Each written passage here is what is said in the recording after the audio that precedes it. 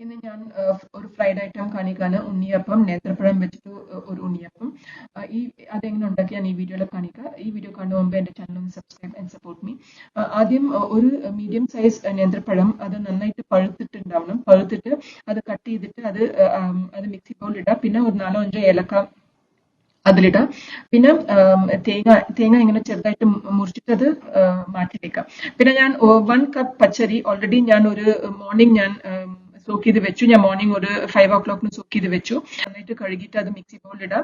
പിന്നെ 1 കപ്പ് വെള്ളം ഞാനിത് ഓർഗാനിക് വെള്ളമാണ്, അതുകൊണ്ട് അതിൽ കല്ലൊന്നുമില്ല. അപ്പൊ ഞാൻ ഡയറക്റ്റ് ആയിട്ട് ഇട്ടു. ഇപ്പൊ നിങ്ങൾക്ക് വേണമെങ്കിൽ അതൊന്ന് വെള്ളത്തിൽ അതൊന്ന് മെൽറ്റ് ചെയ്തിട്ട് പിന്നെ ഫിൽറ്റർ ചെയ്തിട്ട് ഇടാം. പിന്നെ കട്ട് ചെയ്ത് തേങ്ങ അതിലിട്ടിട്ട് അതൊന്ന് മാറ്റി വെക്കാം. ഞാനിത് അരച്ചത് വന്നിട്ട് ഒരു മോർണിംഗ് 10 o'clock ബിക്കോസ് ഞാൻ ഈവനിങ് ആണ് ഞാൻ ഉണ്ണിയപ്പം ഉണ്ടാക്കുന്നത്. അപ്പൊ ഞാൻ ഒരു 4-5 hours ഞാൻ അത് അങ്ങനെ വെച്ചു.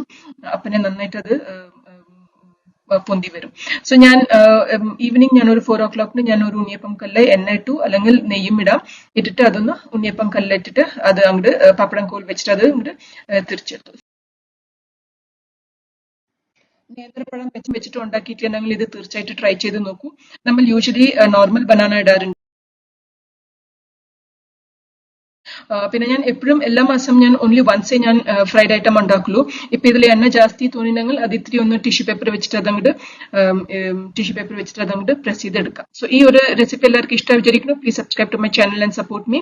ഈ വീഡിയോയിൽ കണ്ട പ്രോഡക്ട്സിന്റെ ലിങ്ക് ഒക്കെ ഡിസ്ക്രിപ്ഷൻ ഉണ്ട്. ഇൻട്രസ്റ്റ് ഉണ്ടെങ്കിൽ ചെക്ക് ചെയ്ത് നോക്കും.